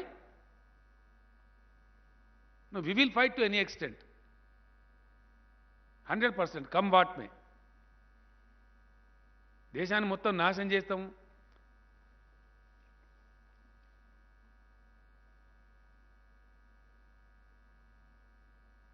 ఈ పద్ధతి కాదు. వీళ్ళని నమ్మి సర్వనాశనం అయిపోతాం. మేము ఎంత పని చేసినామో తెలిసి అలా రైతులకు తెలుసు, మీకు కూడా తెలుసు విలేకరులు. ఒకసారి ఆత్మమెట్టి ఆలోచిస్తే 7 ఏళ్ల కింద ఏందండి తెలంగాణ? 7 ఏళ్ల కింద 3 ఎకరాల రైతు పరిస్థితి ఏంది? ఇవాళ 3 ఎకరాల రైతు పరిస్థితి ఏంది? 7 ఏళ్ల కింద తెలంగాణ పల్లెలలో ఎంత డబ్బు ఉంటుండే, ఇవాళ ఎంత డబ్బు ఉన్నది? ఇవన్నీ నిజాలు కావా? తెలంగాణ భూముల ధరలు ఎక్కడి నుంచి ఎక్కడికి పోయినాయి? చాలామంది దుర్మార్గులు, దరిద్రులు, బుట్టచోరుగాళ్ళు, పనికి మాలినోళ్ళు తెలంగాణ రాష్ట్రం అయితే ధరలు పడిపోతాయి, భూములు అని మాట్లాడి పడిపోయినాయా, పెరిగినాయా? అసలు 20 లక్షల లోపల ఇవాళ భూమి దొరుకుతుందా తెలంగాణలో ఎక్కడన్నా? ఎక్కడి నుంచి ఎక్కడ పోయింది తెలంగాణ వాల్యూ, తెలంగాణ రైతు వాల్యూ? 5 ఎకరాలున్న తెలంగాణ రైతు ఇలా కోటీశ్వరుడు. అదే 7 ఏళ్ల కింద బిచ్చగాడు, వలసపోయిండు. పోలే, మనం చూడలే. 5 ఏళ్ల కింద 5 ఎకరాలున్న రైతేమో హైదరాబాద్ కూలి పనికి వచ్చిండు. ఇలా 5 ఎకరాలున్న రైతు తెలంగాణలో ఏ మారుమూలకు పోయినా, నువ్వు కాగజ్ నగర్ పోయినా, మక్తల్ పోయినా, గద్వాల్ పోయినా, భద్రాచలం పోయినా, మద్నూరు మన జుక్కలు పోయినా 20 లక్షల లోపల ఎకరం జాగా లేదు. రోడ్ సైడ్ ఉంటే 30 లక్షలు, 40 లక్షలు, 50 లక్షలు. రాజీవ్ రహదారి లాంటి రాష్ట్ర హైవేకో నేషనల్ హైవేకో అంటే 3 కోట్లు 4 కోట్లు ధర. తెలంగాణ రైతుల వాల్యూ పెరగలేయాల. ఆనాడు ఆంధ్రాలో ఎకరం అమ్మి ఇక్కడ 3 ఎకరాలు కొన్నారు. ఇలా మా నల్గొండ రైతులు హుజూర్నగర్ నియోజకవర్గం నుంచి, మిర్యాలగూడ నియోజకవర్గం నుంచి ఎకరం అమ్మి ప్రకాశం జిల్లాలో పోయి 5 ఎకరాలు కొంటారు, 4 ఎకరాలు కొంటారు. ఎస్, తెలంగాణ రైతులు కాలు ఎగరేసి ప్రకాశం జిల్లాలో కొంటున్నారు, కర్ణాటకలో కొంటున్నారు భూములు. 1 ఎకరం అమ్మి 3 ఎకరాలు 2 ఎకరాలు కొంటున్నారు. ఈ ఫ్యాక్ట్ కాదా? ఖచ్చితంగా మేము తెలంగాణ సాధించాలనుకున్నామో, ఏది కలగన్నామో అది చేసినాం. తెలంగాణలో ల్యాండ్ రేట్స్ పెరిగినాయి, రైతులు కోటీశ్వర్లు అయినారు. ఒక పల్లెలో కోటాను కోట్లు ఉంటున్నాయి. ఇవాళ నాకు ఒక ఫ్రెండ్ వచ్చి చెప్పింది, సార్ ఇవాళ మా ఊళ్ళో 6 కోట్ల రూపాయలని బ్యాంకులలో, మీరు కొన్న పంట ధాన్యం డబ్బు వచ్చింది, ప్లస్ మీరు వేసిన రైతు బంధు డబ్బులు వచ్చినాయి, 2 జమ అయినాయి సార్. మేము మేనేజర్ల దగ్గర పోయి ఆడితే పోయిన పంటలు చెప్పిండి నాకు. మేనేజర్ యాసంగి ధాన్యం కొన్నాం, డబ్బులు వేసినాం, వర్షాకాలం రైతు బంధు వేసినాం, 2 కలిస్తే మా ఊరు బ్యాలెన్స్లో సార్ మా ఊరు రైతుల డబ్బు 6 కోట్ల రూపాయలు ఉంది. 7 ఏళ్ల కింద ఏముండే, లక్షలు కూడా దిక్కు లేకుండే. ఇలా తెలంగాణ గ్రామాలు ఎంత ముఖం తెల్లబడ్డది. దీనికి అంతా ఎవరు కారణం? గ్రామం మొత్తం కలిపి లక్షలు లేకుంటుండే, ఇలా గ్రామం మొత్తం కలిపి కోట్ల రూపాయల ఆస్తి తయారైంది తెలంగాణలో. ఇలా మత్స్య కార్మికులు బ్రహ్మాండంగా చేపలు అద్భుతంగా పెంచి వాళ్ళు పైకి వస్తున్నారు. పశు సంపద పెరుగుతూ ఉంది. గొర్రెల పెంపకందారులు అద్భుతంగా తెలంగాణలో నంబర్ 1 ఇన్లాండ్ ఫిష్లో కంట్రీస్ నంబర్ 1 తెలంగాణ అని చెప్పి మన కేంద్రంలో మంత్రి చెప్పిండు పార్లమెంట్లో. మేం చెప్తలేం, మా స్టోరీ కాదు, మీ కేంద్ర మంత్రి చెప్పిండు. గొర్రెల పెంపకంలో హైయెస్ట్ గొర్రెలు ఉన్న ఈ రాష్ట్రం అంటే రాజస్థాన్ ఉండే ఇంతకుముందు. ఇవాళ నంబర్ 1 తెలంగాణ అని చెప్పి పార్లమెంట్లో సాక్ష్యం మీ మంత్రి చెప్పిండు. ఇదంతా ప్రగతి కాదా? వృత్తి పని వాళ్ళకి లాభం కాదా? వాళ్ళు మంచిగా లేరా? ఈరోజు ఒక గ్రీనరీగా చాలా చేసినాం, పంటల విస్తీర్ణం పెంచినాం, మంచి పవర్ ఇచ్చినాం, అన్ని ఇచ్చినాం. ఇవాళ దుర్మార్గులు ఇలా రాబందుల్లాగా వాళ్ళ మీద పడి, వ్యవసాయ శాఖ మంత్రి గారు పాపం ఆయన ఆవేదనతో చెప్తున్నా, మీరు పంట వేయకండి వారి అని చెప్పిండు. ఎక్కడి నుంచి స్టార్ట్ అయిందండి ఇదంతా? ఒక పనికి మాలినటువంటి అవగాహన లేనటువంటి వ్యక్తి మీ రాష్ట్ర పార్టీ అధ్యక్షుడు వచ్చి మీరు వరే అయ్యింది, మెడలు వంచి కొనిపిస్తాం, తొడలు వంచి కొనిపిస్తాం అని మాట్లాడి, దాని మీద మేము కేంద్ర మంత్రిని అడిగితే మావాడు బేవకూఫు తప్పు చెప్పిండని చెప్పిండు, అవగాహన రాయిచెంతం చెప్పిండని చెప్పిండు. నాకే చెప్పిండు డైరెక్ట్. నేను కోపానికి వచ్చినా మా అట్లా మాట్లాడినవా, నన్ను కన్సల్ట్ చేయకుండా ఎట్లా మాట్లాడినావు? నాకే మీకు కూడా చెప్పిండు. మన మంత్రులు పోయినాడు చెప్పి, నేను పోయినాడు కూడా చెప్పిండు. మా వాళ్ళు అవగాహన రాయిచెంతో, మా కిషన్ రెడ్డి కేంద్ర మంత్రి కూడా అవగాహన రాయిచెంతో మాట్లాడిండు అని చెప్పిండు. ఎస్, అని ఇట్లా మనిషికో మాట చెప్తారా మీరు? ఇంత డోకా చేసుకుంటే ఇవన్నీ మర్యాద పాటిస్తామండి. ఒక లెక్కల మర్యాద ఉంటే, నీకు మర్యాద ఉంటే, మోసం చేసేది నువ్వు, ద్రోహం చేసేది నువ్వు, రైతులను ముంచేది నువ్వు, ఉల్టా మా మీద బదనామా? ఇదేం కథ? నాకు అర్థం కాదు. ఇదెక్కడ కథ? ఈ బురిడిగాళ్ళను వీళ్ళని నమ్ముకుంటే మనం శంకరగిరి మాన్యాలు పడతాం. ఇవాళ మేము 4 గంటలు క్యాబినెట్లో కంప్లీట్గా చర్చ చేసిన తర్వాత కిషన్ రెడ్డి కూడా చెప్తున్నా కదా, ఉప్పుడు బియ్యం కొనం, బాయిల్డ్ రైస్ కొనం. మరి యాసంగిలో బస్తే పండే వేస్తే వచ్చేదే బాయిల్డ్ రైస్, వేరే రైస్ రానే రాదు. రైస్ రాదు. ఎంత వస్తుంది? 35 కిలోలే వస్తుంది. క్వింటాల్ బట్లకు 35 కిలోలే వస్తుంది. నష్టపోతాం అనవసరంగా. కాబట్టి కేంద్ర ప్రభుత్వం బాయిల్డ్ రైస్ కొనము అని పూర్తి స్థాయిలో ఇక సాధారణ బియ్యం కొంటాం ఘనత వహించిన కిషన్ రెడ్డి. ఎంత కొంటారో కూడా చెప్పడు, అది లేదు. కేంద్ర ప్రభుత్వం బాయిల్డ్ రైస్ కొనము అని మేము పాలసీ మార్చుకున్నామని ఖరాఖండిగా చెప్పినటువంటి దరిమిల ఇవాళ క్యాబినెట్ సమావేశమై నిర్ణయం చేసినవి ఏంది అంటే, రాష్ట్రం ఏం చేస్తుంది? కేంద్ర ప్రభుత్వం ప్రొక్యూర్ చేసేదైతేనే కొనుగోలు కేంద్రాలు పెట్టి తీసుకుంటుంది. కాబట్టి యాసంగిలో కొనుగోలు కేంద్రాలు ఉండవు. నేను రైతు సోదరులకు క్లియర్గా చెప్తా ఉన్నా, వరి ధాన్యం కొనుగోలు కేంద్రాలు ఉండవు. కేంద్రం చేతులెత్తేసింది కాబట్టి కేంద్రం తీసుకుంటేనే మనం ప్రొక్యూర్మెంట్ సెంటర్ పెడతాం. కేంద్రం తీసుకునే పరిస్థితి ఉందనుకో మనం ఎక్కడ పెట్టుకుంటాం? మన గోడౌన్స్ ఉండవు, స్టాక్ చేసే పరిస్థితి ఉండదు. ఎందుకంటే ధాన్యం పెట్టాలంటే దానికి సిస్టమ్ ఉంటుంది అన్నమాట, సైంటిఫిక్గా పెట్టాలి. ఆ గోదాములు ఒక ఎఫ్సీఐ దగ్గరనే ఉన్నాయి ఇండియాలో, ఎవరి దగ్గర లేవు. దేశం మొత్తం ఆహార ధాన్యాలు పంచాల్సిందే వాళ్ళు. పబ్లిక్ డిస్ట్రిబ్యూషన్ సిస్టమ్ బాధ్యత ఉన్నదే వాళ్ళ మీద, రాజ్యాంగ విహితమైన బాధ్యత వాళ్ళది, constitutional responsibility of government of India. అంటే బియ్యం పెట్టినా వడ్లు పెట్టినా సైంటిఫిక్గా పెట్టాలా, దాన్ని పీరియాడికల్గా ఫ్యూమిగేట్ చేయాలి, నిల్వలు ఎట్లా కాపాడాలనే పద్ధతులు, శాస్త్రీయ పద్ధతులు ఉంటాయి. అవి రాష్ట్రాల దగ్గర ఉండయి. పీరియాడికల్ ఫ్యూమిగేట్ చేయాలి, ట్రీట్ చేయాలి, ఎట్లా తీయాలి పద్ధతిగా. అదంతా ఎఫ్సీఐ దగ్గర ఉంటుంది ఆ టెక్నాలజీ, వేరే దగ్గర ఉండయి. మనం నెలలు ఏదో పెట్టగలిగితే మామూలు ట్రాన్సిటరీ అరేంజ్మెంట్, కానీ సంవత్సరాల తరబడి నెలల తరబడి పెట్టగలిగే కెపాసిటీ ఏ రాష్ట్రానికి కూడా ఉండదు ఇండియాలో. కాబట్టి కేంద్రమే నిటారుగా చేతులెత్తేసింది కాబట్టి రాష్ట్రం ధాన్యం సేకరించే ప్రశ్న ఉత్పన్నం కాదు, కొనుగోలు కేంద్రాలు ఉండవు.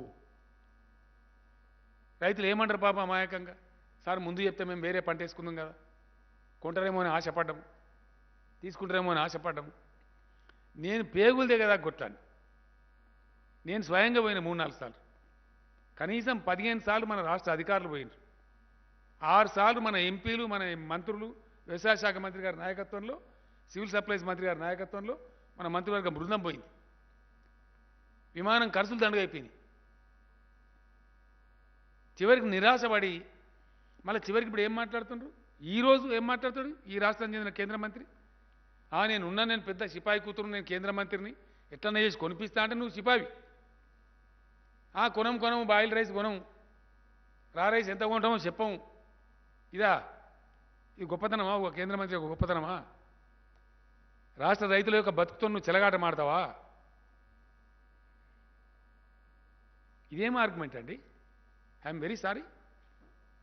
దీని మీద చిల్లర రాజకీయం మాట్లాడు,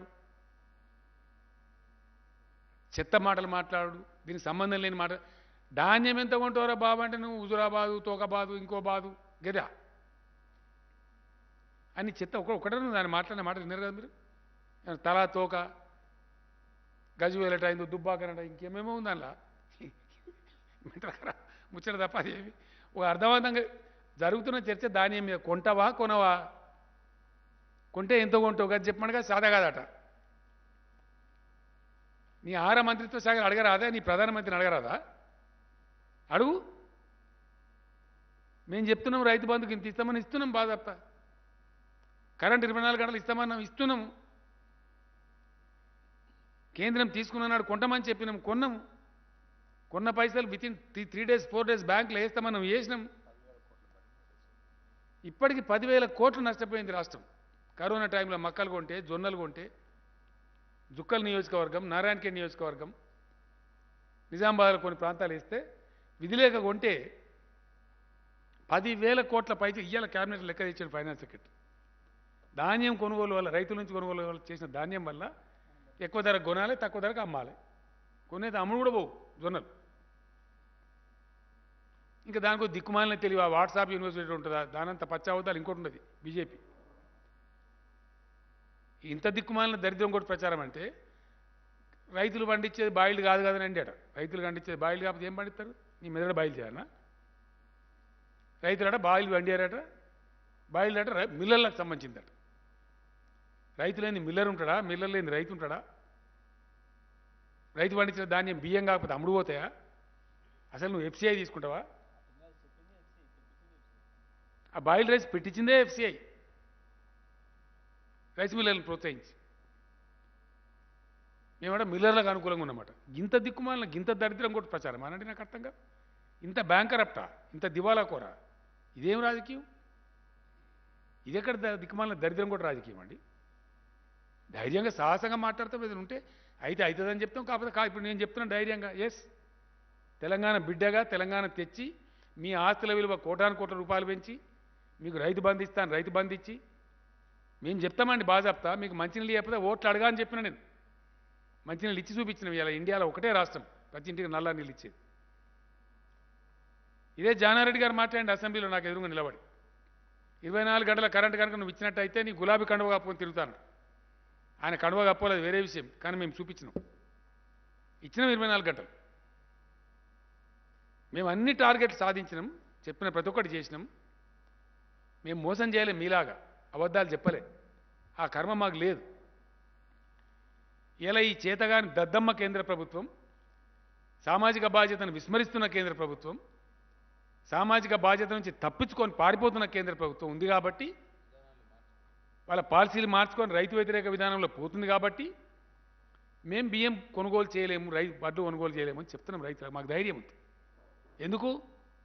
మేము కోరేది మా రైతు నష్టపోవద్దు, పంట వండించి ఆగం కావద్దు. మేము కష్టపడి సాదుకున్నాము, కష్టపడి ఇష్టపడి మంచిగా చేసుకున్నాము.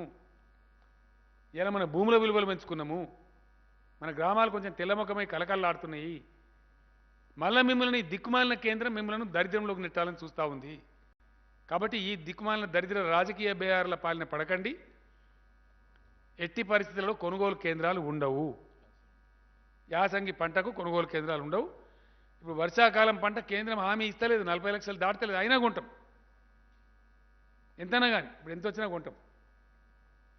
కేంద్రం కొనకపోతే కొంత బీజేపీ ఆఫీస్ ముందర పోస్తాం, ప్రధానమంత్రి ఆఫీస్ ముందర పోస్తాం. ఎస్, ఎక్కడ పోయాలి మరి? పోతే పోయా తుట్ల బాగుతాం అనుకుని 1000 లారీలు పెట్టి కొంచెం పోయి ఢిల్లీలో వారబోస్తాం, ఇండియా గేట్ కాడ. మీరు చూస్తారు, మీరు చూడబోతారు. మరి ఇంకేం చేస్తాం? ఇక వర్షాకాలంలో కొంటాము, ఎంతైనా కొంటామని మాట్లాడుతున్నారు కిషన్ రెడ్డి. ఇక చూస్తాం. కొనలేదనుకో, ఈడ కిషన్ రెడ్డి ఇంట్లో పోస్తాం, బీజేపీ ఆఫీసులో పోస్తాం, ఢిల్లీలో ఇండియా గేట్ కాడ పోస్తాం. Yes, we have to do that. పోతే ఇంకో 200 కోట్ల లారీ కిరా పెడతాం, కొంచెం వైపు వస్తాం. మరి ఇంకేం చేయాలి? వీళ్ళని ఎక్స్పోజ్ చేయాలి. మీ తప్పుడు విధానాలతోని మీకు దేశాన్ని నడిపే చేతగాక, ఆర్థిక వ్యవస్థను సరైన గాడిలో పెట్టే చేతగాక, మీ అసమర్థ విధానాల వల్ల దేశాన్ని అప్రపాలు చేస్తారు, రైతులను ఆగం చేస్తారు, పంటలు కొనుగోలు చేయరు, ఉల్టా రాష్ట్ర ప్రభుత్వాల మీద బదనాం పెడతారా? ఇది ఎక్కడ పద్ధతి అండి? ఇదేం పద్ధతి? వెరీ సారీ కిషన్ రెడ్డి, మొత్తం నీ వ్యాఖ్యలు వాపసు తీసుకోవాలి. నువ్వు సారీ చెప్పాలి తెలంగాణ రైతులకు. నువ్వు మోసం చేస్తున్నావు తెలంగాణ రైతులను. లేదా బహిరంగ చర్చకు వస్తావా? దా, ఎక్కడో మాట్లాడదాం, ఏ చౌరస్తాలో కూర్చున్నాం రా. ఇదేం పద్ధతి అండి? ఇంత మోసం ఉంటుందా? టార్గెట్ చెప్పే తెలివి లేదు నీకు, అసలు నాకు అర్థం కాదు. టార్గెట్ సాధించే తెలివి లేదు, రాష్ట్రానికి దమ్ము లేదు. మీ పార్టీ ఫోరంలో మాట్లాడు, మా సిగ్గు పోతుంది, అవతల కేసీఆర్ సెంటు తండని చెప్పు, తీసుకురా టార్గెట్ను. ఇన్ని టన్నులు కొంటాం తెలంగాణలో అని చెప్పు, అది మొగతనం. ఏం కొంటామో చెప్పము, మీకు తెలియదు, అసలు మీకు ఎవరైనా చెప్తారా? మిమ్మల్ని అంతేనా? ఇంక మళ్ళీ ఉల్టా మేమే పెద్ద నోరు పెట్టుకొని మాట్లాడతాం. రాజకీయం సంగతి చూద్దాం, సందర్భం పోయినాక నడుతుంది. ఆడోడు ఈడోడు గెలవగానే ఆగమాగమైపోయి దుంకులాడి ఎగిరినా కథ. నువ్వు పోలేదా మొన్న? ముసిరాబాద్ ఒక దెబ్బకి ఎగిరిపోలే, కేసీఆర్ దెబ్బకు నువ్వు స్వయంగానే ఓడిపోయినావు కదా. గంత అహంకారం ఎందుకు నాకు అర్థం కాదు. గెలిపోవటములు సహజం కదా, రాజకీయాలు జరుగుతూ ఉంటాయి కదా. ఇలా గిన్ని ఎమ్మెల్సీ ఎలక్షన్లు జరుగుతున్నాయి, నీ బతికే నేను ఉన్నదా నీకు జాగా? ఆల్రెడీ మేము 13 గెలిచిన విధానమస్గా గర్వపడతామా? ఇంకో 6 నడుతాయి, అన్నీ మేమే గెలుస్తామని అంటామా? పోతే ఓటరు పోతే అయిపోయింది ఇష్యూవా? దానికి ఒక లెక్కనా? అదేం పెద్ద ఇష్యూ అని నాకు అర్థం కాదు. అన్ని చిల్లర మాటలు, అన్ని కాయగూరుకుడు మాటలు, ఇవే ఉందాతనమా? ఇది ఔన్నత్యమా? ఇది గొప్పతనం అనిపిస్తుందా? ఇది ఎక్కడ కథ నాకు అర్థం కాదు.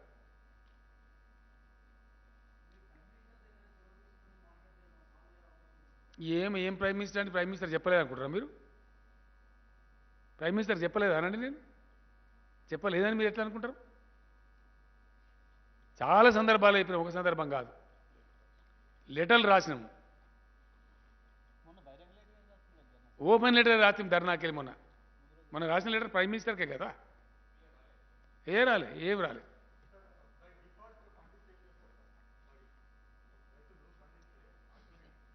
రాజీవ్ దగ్గర ఇంట్లో పోయమని చెప్తాం, ఏముంటుంది? ప్రభుత్వం కొనదు, కొనుగోలు చేయజాలదు. ఎందుకంటే కొనుగోలు కేంద్రాలే ఉండవు. అప్పుడు రైతులు ఆలోచించుకోవాలి, మళ్ళీ బై డిఫాల్ట్ ఎందుకు అండి అని. నువ్వు కూడా నాకు అర్థం కాదు.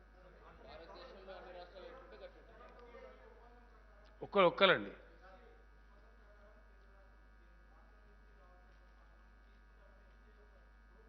ఏం నోట్లేదండి. టార్గెట్ 40 లక్షలు ఇచ్చిండ్రు, అక్కడ వచ్చేదేమో 90 లక్షలన్నది. అదేమో నోటు దిక్కుమాలే నోటు ఎవరికి కావాలా? యాసంగి దానికి అసలు లేనే లేదు. యాసంగి దానికి వాళ్ళకి థ్యాంక్స్ వాళ్ళు క్లియర్గా చెప్తున్నారు, బాయిల్ రైస్ కొనమని. పండేదే బాయిల్ రైస్ తెలంగాణలో, వేరే రైస్ ఆడ పండితే నాకు అర్థం కాదు. డ్రామా కంపెనీ ఎందుకు?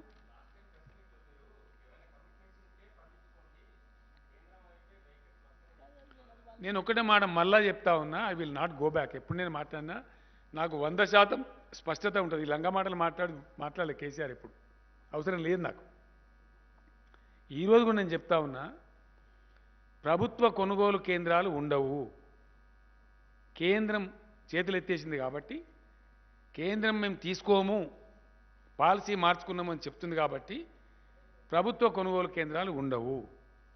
రైతులు తమంతట తాము వేసుకొని మా తిండి కోసం వేసుకోవచ్చు. విత్తన కంపెనీలు ఉంటాయి, వాళ్ళు వేసుకోవచ్చు. లేదా ఎవడో వ్యాపారతో మాట్లాడుకున్నాం వేసుకోవచ్చు. అది ప్రభుత్వానికి సంబంధం లేదు. వితౌట్ గవర్నమెంట్ బయట జరిగిపోతుంది.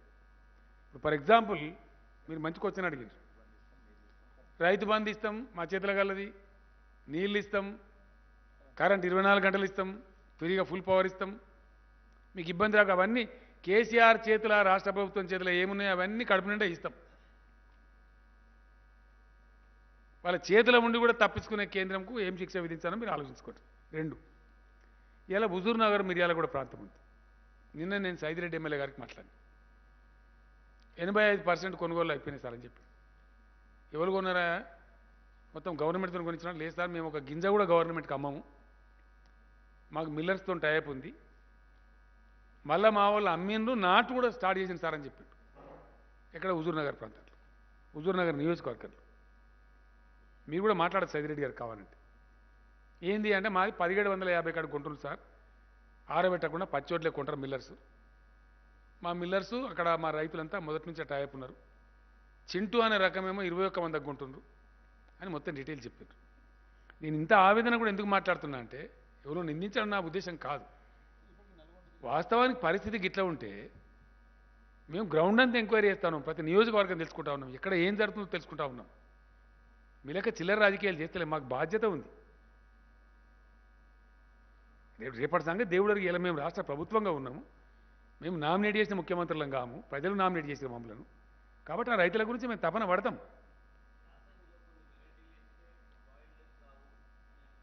నేనేమంటున్నా అంటే బాయిల్ రైసే అవుతుంది, బాయిల్ రైసే వస్తుంది అనేది మిల్లర్స్ కానీ మొత్తం వ్యాపారులు కానీ ఇంకోరు కానీ చెప్పిన విషయం. మన రైతు సైంటిస్టులు కానీ, ఎందుకంటే 35 degrees దానిలో 2 విషయాలమ్మా. ఫిబ్రవరి 20 లోపల ఈంతేనేమో తాళవుతుంది, పొల్లవుతుంది, చలి, ఫ్రోజన్ కండిషన్లో ఈనకూడదు వరి. ఈనుడని మనం అంటాము, దాన్ని ఫ్లవరింగ్ స్టేజ్ అని సైన్స్లో అంటారు. If the flowering stage comes in the frozen winter, అది ధాన్యం గింజ పాలు పోసుకోవాలంటే దానికి అవసరమైన టెంపరేచర్ ఉండాలి. అంటే ఫిబ్రవరి 20 నుంచి 25 తర్వాతనే ఈనాలి వరి, అదే గింజ పడుతుంది. ఆ కోతకి ఏమవుతుంది, ఈనిన తర్వాత మినిమం నెల 10 పూటలు ఉండవలసి వస్తుంది. అంటే మార్చి లాస్ట్ వీక్ దాటుతుంది. 100% అప్పటికి 35 degrees దాటిపోతుంది. 35 degrees దాటిందంటే 100% నూకైతుంది. ఏ వెరైటీ అన్నా కానీ, సన్న లేదు, దొడ్డు లేదు, ఏ వెరైటీ వేసినా. ఈరోజు నా అగ్రో క్లైమేటిక్ కండిషన్లో ఈరోజు మన దగ్గర అందుబాటులో ఉన్న విత్తనాలలో ఏ రకమైన వరి వేసినా తెలంగాణలో డెఫినెట్గా 50% రైసే వస్తుంది. వర్షాకాలంలో వచ్చే 67 కిలోలు రావు, 35 కిలోలే వస్తాయి. ఇది రైతులందరికీ తెలిసే విషయం. బాయిల్ రైస్ బీల్ రైస్ కాదు, నూక ఎక్కువ అవుతుంది. నూక కావద్దు అంటే బాయిల్ చేస్తారు. ఆ బాయిల్ చేసే టెక్నాలజీ పెట్టించింది కూడా ఎఫ్సిఐ.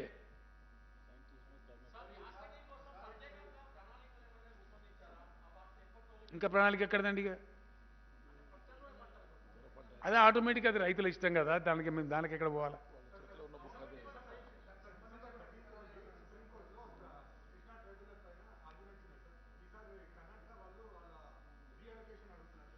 నువ్వు వేరే సబ్జెక్టులకు వెళ్ళిపోయినా కొద్దిగా ఆగి, లాస్ట్లో అయిపోయావు. ఏంది? నేను ఏమంటున్నా అంటే అది రైతులు కూడా ఆలోచించుకోవాలి కదా. మొత్తం రాష్ట్ర ప్రభుత్వమే ఒరిగి పడతామన్నట్టుగా మాట్లాడితే ఎట్లా? మీరు కూడా బ్రాడ్గా పెద్ద ఎత్తున కొనాల్సినటువంటి కేంద్రం మొత్తం చేతులు ఎత్తేసింది కాబట్టి మొండి వైఖరి అవలంబిస్తుంది కాబట్టి అన్కేర్డ్గా పోతుంది. ఇన్నిసార్లు పోయి చెప్తే మమ్మల్ని బిచ్చగాల కింద ట్రీట్ చేస్తుంది కాబట్టి ఇక వేరే ఏం పని లేదా అని మాట్లాడుతుంది కాబట్టి పార్లమెంట్ సభ్యులను రాష్ట్ర మంత్రులను పట్టుకొని మళ్ళీ ఇంతమంది వచ్చిందేమో మీకేం పని లేదా అని మాట్లాడుతుంది కాబట్టి నిరాశ చెంది మేము ఈ మాట చెప్తున్నాం. ఇవాళ ఈ రాష్ట్రం నుంచి ప్రాతినిధ్యం వహించే కేంద్ర మంత్రి కూడా ఏం చెప్తాడు? ఏమీ చెప్పడు. 4 ముచ్చట్లు ఏదో కేసీఆర్ని తిట్టి ఇక మేము బాధ్యత దిగినాం కదా, ఇప్పుడు ఊకోం కదా, ఇక అడుగును నిలదీస్తాం. ఇక ఇక కాదు, ఢిల్లీలో నిలదీస్తాం, పార్లమెంట్లో నిలదీస్తాం, మొత్తం ఎస్ అన్ని అంశాల మీద కొట్లాడతాం. పవర్ బిల్లుకి మేము వ్యతిరేకం ఉన్నాం, కొట్లాడతాం సీరియస్గా in the interest of the people of Telangana. అట్లనే ఉత్తరప్రదేశ్లో దళిత అని బిల్లు తెచ్చినప్పుడు ఆడ ఎలక్షన్లు అని చెప్పి మా ఎస్సీ రిజర్వేషన్ వర్గీకరణది పెట్టి చాలా సంవత్సరాలు దాటిపోతూ ఉంది. ఆడ కింద పెట్టుకొని కూర్చున్నారు. మా గిరిజన రిజర్వేషన్ పెంచమని చెప్పి పంపించాం, ఆడ కింద పెట్టుకొని కూర్చున్నారు. Wheel fight. లోక్సభలో రాజ్యసభలో ప్రతిరోజు నిలదీస్తాం. మేమేం పెట్టామండి, రైతు బంధు ఇస్తాం. మేమట్లా రైతులను తిప్పలో పెట్టాం. ధాన్యం కొనుగోలు రాష్ట్ర ప్రభుత్వం చెయ్యదు, ఎందుకంటే కేంద్రం నిరాకరించింది కాబట్టి. ధాన్యం కొన్నా రాష్ట్రం పెట్టుకునే సమర్థ శక్తి రాష్ట్రానికి లేదు, ఆర్థిక శక్తి లేదు, దాన్ని పెట్టే గోదాముల శక్తి లేదు. నేను స్పష్టంగా చెప్తున్నా, దాచుకుంటలేం కదా. ఎక్స్పోర్ట్ చేసే అధికారం మనకు లేదు, మళ్ళీ కేంద్రం పర్మిషన్ ఇవ్వాలి. ఇవన్నీ ఉన్నాయి కాబట్టి కేంద్ర ప్రభుత్వం కొనుగోలు నిరాకరించింది కాబట్టి రాష్ట్ర ప్రభుత్వం కొనుగోలు కేంద్రాలు ఉండవు. వేయదలుచుకున్న వాళ్ళు వాళ్ళ రిస్కు, వాళ్ళు తినడానికి కానీ వాళ్ళ విత్తన కంపెనీకి కానీ వ్యాపారులతో ఒప్పందం కానీ ఉంటే వేసుకోవచ్చు, అది వాళ్ళ రిస్క్. కాదు, ప్రభుత్వ పాత్ర ఉండదు. ఆటోమేటిక్గా అమ్ముడు పోతేమో వాళ్ళు అమ్ముకోవాలి. అది ఇండియాలో ఏ రాష్ట్రంలో కల్పిస్తారన్నారా? చూపిస్తావా? ఇక కొత్త విధానం మళ్ళా బీజేపీ వాళ్ళని అడుగుని వాళ్ళు సేకరిస్తారేమో. బీజేపీ పాలిత రాష్ట్రాలను అడుగు, నా కేంద్ర మంత్రిని అడుగుండి, ఏమైనా గ్యారంటీ ఇస్తాడేమో. ఇప్పుడు బియ్యం కొనమని అన్నావు కదా, మరి వేరే పంటలు ఎత్తాడు కొంటవా అని అడుగు. పేద ప్రభుత్వం కదా, కేంద్ర ప్రభుత్వం అంటే పెద్దది కదా.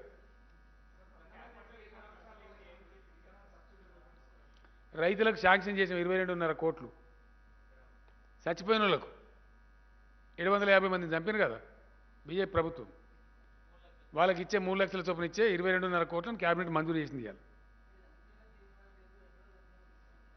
ఎవడన్నా బుద్ధినోడు మాట్లాడతాడు, ఆయనకు అంత 5 లక్షల రూపాయలు టంచనగా 3 రోజులు వస్తున్నాయి. తెలివి ఉన్నోడు మాట్లాడకొచ్చిన నావే అది ఏమి దిక్కుమాలేదు అందనే బాబు. 60,000 మంది రైతులకు ఆల్రెడీ కొన్ని కోటాను వేల కోట్ల రూపాయలు వచ్చేసినాయి. ఆల్రెడీ 3,000 కోట్ల పైచీలకు వచ్చినాయి. ఎంటైర్ వరల్డ్లో లేదు. సిగ్గుపడాలి ఇట్లా మాట్లాడే పిసగాడిది కొడుకులు ఉంటే వాడు సిగ్గుపడాలి. పిసగాడిది కొడుకే అంటున్నాను నేను, తలకాయలేనోడని. ఈ మస్ట్ బి అన్ ఈడియట్.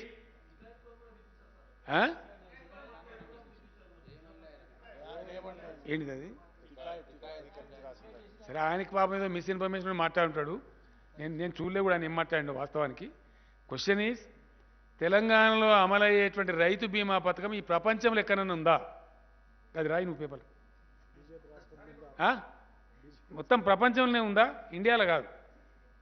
తెలంగాణలో అమలవుతున్న రైతు బీమా పథకం, రైతు ఏ కారణం చేతి చచ్చిపోయినా సరే, అండ్ ఇన్సూరెన్స్ ఉంటే ఎట్లుంటుందండి? యాక్సిడెంట్కి ఉంటుంది, పాము కాటుకుంటుంది. ఇది అట్లా కాదు.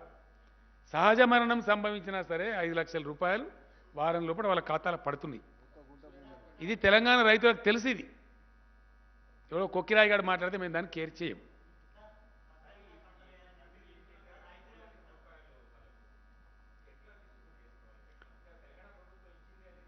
మేమే ఇస్తాం డెఫినెట్గా. నేనే పోయి డిస్ట్రిబ్యూట్ చేస్తా, మంత్రులు పోయి డిస్ట్రిబ్యూట్ చేస్తారు తప్పకుండా. గతంలో సైనికులకు చెప్పినాం, వీళ్ళకి చెప్పినాం, వాళ్ళకి మేమే ఇస్తాం. ఎవరికి అనుమానం అవసరం లేదు.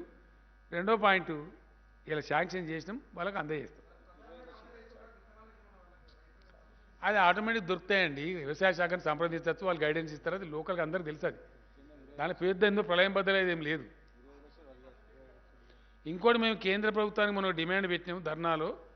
మేము 3 లక్షలు ఇచ్చినాం, మీరు 25 లక్షలు ఇవ్వండి రైతు కుటుంబాలకు. we continue to demand the government of India. దాని మీద మాట్లాడు, దాని మీద జవాబు చెప్పు ఫస్ట్. అట్లే కనీస మద్దతు ధర చట్టం కూడా ఇదే సెషన్లో తేవాలి. Thank you.